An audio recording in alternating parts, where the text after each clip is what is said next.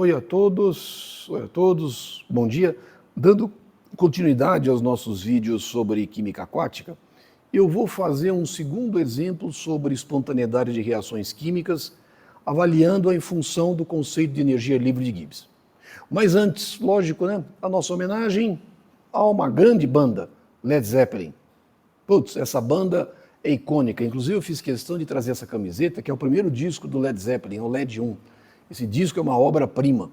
Então não deixe de escutar Led Zeppelin, é uma banda que de alguma forma reinventou o rock and roll, né? Os Beatles já estavam praticamente encerrando carreira, estavam terminando, as brigas internas da banda estavam se separando, e aí surgiu Led Zeppelin com um estilo diferente de rock and roll, uma guitarra mais agressiva, uma voz marcante do Robert Plant, o Jim Page como guitarrista, o baterista John Bonham.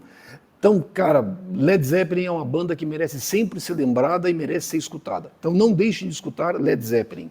Aliás, os 4 discos, os primeiros discos do Led, Led 1, Led 2, Led 3, Led 4, são verdadeiras obras-primas. Esse disco, cara, fora de série.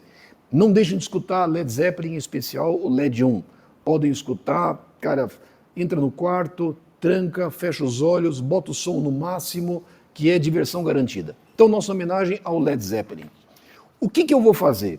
Eu vou fazer, agora nesse vídeo, um segundo exemplo sobre espontaneidade de reações químicas analisadas à luz do conceito energia livre de Gibbs. Então, vamos escrever tudo de novo.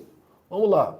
Nós estamos falando sobre energia livre de Gibbs.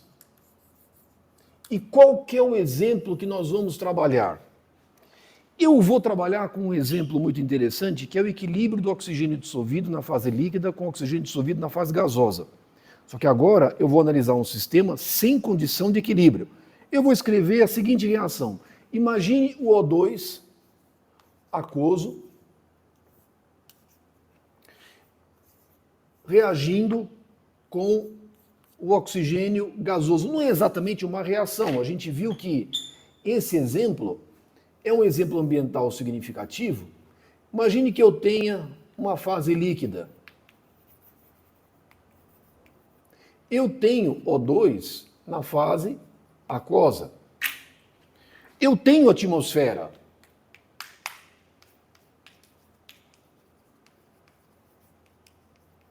E eu tenho O2 na fase gasosa. E eu sei que existe, naturalmente, a transferência do O2 da fase gasosa para a fase líquida e da fase líquida para a fase gasosa. Isso estabelece um equilíbrio químico. E nós vimos em vídeos anteriores formas de nós calcularmos essa constante de equilíbrio. E o que é essa constante de equilíbrio? Se eu escrever essa constante de equilíbrio, ela é uma constante, como eu escrevi O2 gasoso como um produto, é a concentração molar do O2 na fase gasosa sobre a concentração molar do O2 na fase aquosa. E isso é uma constante de equilíbrio que nós chamamos de constante de Henry. E é uma constante de equilíbrio extremamente importante, muito relevante. Em vídeos anteriores, eu vou colocar o link do vídeo na descrição, eu mostrei como que nós podemos calcular essa constante de equilíbrio utilizando o conceito de energia livre de Gibbs. Só que agora eu tenho uma outra condição. Eu quero saber a condição de equilíbrio ou não de um sistema que tem a seguinte condição. A concentração do O2 na fase gasosa é igual a 0,21 atmosferas. A concentração do O2 na fase gasosa é igual a 0,21 atmosferas. Isso aqui é pressão parcial. Imagina, por exemplo, que eu tenho um sistema que esteja a nível do mar, a pressão atmosférica é igual a 1 atmosfera, eu sei que 21% da atmosfera é composta por oxigênio, então, conforme a lei de Dalton, eu sei que a minha pressão parcial do oxigênio na fase gasosa vai ser igual a 0,21 atmosferas. E vamos admitir que a concentração do O2 na fase aquosa seja igual, por exemplo, a 5 mg por litro. 5 miligramas de O2 por litro. E aí eu pergunto, está em equilíbrio? Não está em equilíbrio? Está indo para onde? De reagentes para produtos ou está caminhando de produtos para reagentes? Eu sei, a gente sabe que a concentração do OD de saturação em equilíbrio com uma pressão do O2 na fase gasosa, com uma pressão parcial da ordem de 0,21 atmosferas, é em torno de 9 miligramas por litro. A gente sabe disso, mas agora eu quero ir além, eu quero demonstrar, calcular que esse sistema não está em equilíbrio e eu quero determinar o sentido da reação. Então o que eu vou fazer? O que eu preciso fazer? Ora, eu vou trabalhar com o conceito de energia livre de Gibbs. Eu vou calcular o ΔG da reação química, e esta reação química, o ΔG, é igual ao ΔG0 da reação química, mais RT ln de Q. Primeiro passo, eu tenho que calcular o ΔG0 da reação química. Mas para calcular o ΔG0 da reação química, eu preciso do ΔG0 dos meus reagentes e dos meus produtos. Então vamos lá. Vamos colocar aqui espécie. Vamos colocar aqui o O2 na fase gasosa. E vamos colocar aqui o ΔG da espécie, o ΔG0, em quilojoules por mol. Na fase gasosa, O2 na fase gasosa, o ΔG0 do O2 na fase gasosa é 0 kJ por mol. A energia livre de Gibbs do O2 na fase aquosa é igual a 16,32 kJ por mol. Vamos lembrar, essas propriedades termodinâmicas eu tenho que levantar na literatura. Bons livros de química aquática, livros de físico-química, você consegue levantar as energias livres de Gibbs de formação de uma série de compostos químicos, uma série de espécies químicas. Então eu tenho que conhecer os valores do ΔG0. E agora, é fácil. O que é o ΔG0 da reação química? Ora, é o ΔG0 dos produtos menos o ΔG0 dos reagentes. Qual que é o meu produto? É o O2 na fase gasosa. Qual que é o seu coeficiente estequiométrico? 1 vezes 0,0 kJ por mol. Menos. Qual que é o meu reagente? É o O2 na fase aquosa. Qual que é o seu coeficiente estequiométrico? 1 vezes o valor do ΔG0. Isso é 16,32 kJ por mol. Portanto, o ΔG0 da reação química vai ser igual a 0 menos, vai ser menos 16,32 quilojoules. Pronto. O ΔG0 da reação química está calculado. Agora, o que eu preciso calcular? Eu preciso calcular minha grandeza Q. E o que é a minha grandeza Q? É a concentração de momento. É a concentração de momento. O que é o Q? Q é a concentração molar dos produtos dividida pela concentração molar dos reagentes. Não tem problema. Isso aqui é o O2 na fase gasosa dividido pela concentração do O2 na fase aquosa. Só que lembra, toda vez que entra uma fase gasosa, qual é a concentração? Ela tem que ser expressa em pressão parcial em atmosferas. A unidade é atmosferas. E eu sei que a concentração do O2 na fase gasosa é 0,21 atmosferas.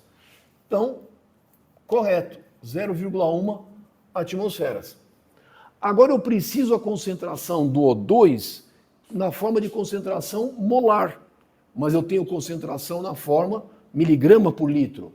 Qual que é esta concentração molar do O2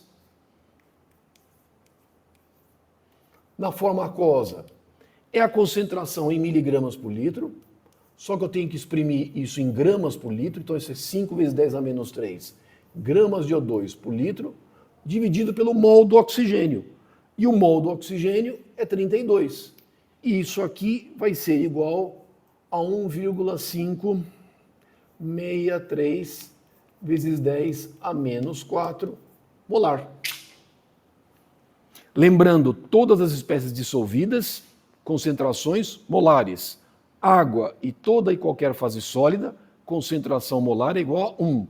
Toda e qualquer fase gasosa, a unidade de concentração é pressão parcial em atmosferas. Bom, a concentração eu tenho. Então isso aqui é 1,563 vezes 10 a menos 4 molar. Então quanto é o Q? O Q vai ser igual a 1,344 vezes 10 a menos 3. Opa, 10 a terceira. 1,344 vezes 10 a terceira. Pronto, a grandeza Q está calculada. Ora, na verdade, eu tenho tudo agora. Por que eu tenho tudo? Eu tenho ΔG0, eu tenho o Q, e agora, finalmente, eu posso calcular o ΔG da reação química. Quanto vale? O ΔG0 menos 16,32 kJ, mais o R, 8,314 vezes 10 a menos 3 kJ por mol Kelvin, vezes a temperatura, 298,15 Kelvin, vezes ln de Q, que é 1,344 vezes 10 a terceira. Se nós fizermos esta conta, o ΔG da reação química vai ser igual mais 1,536 kJ. Qual que é o sentido, qual que é a significância do valor de ΔG positivo? A reação, ela é, da forma como está escrita, não espontânea. Mas o que significa isso? O ΔG é positivo. Então, da forma como eu escrevi, O2 na fase aquosa deve estar se transferindo para a fase gasosa. Ou seja, eu escrevi desta forma. Que forma que é essa? O2 aquoso reagente, O2 gasoso produto.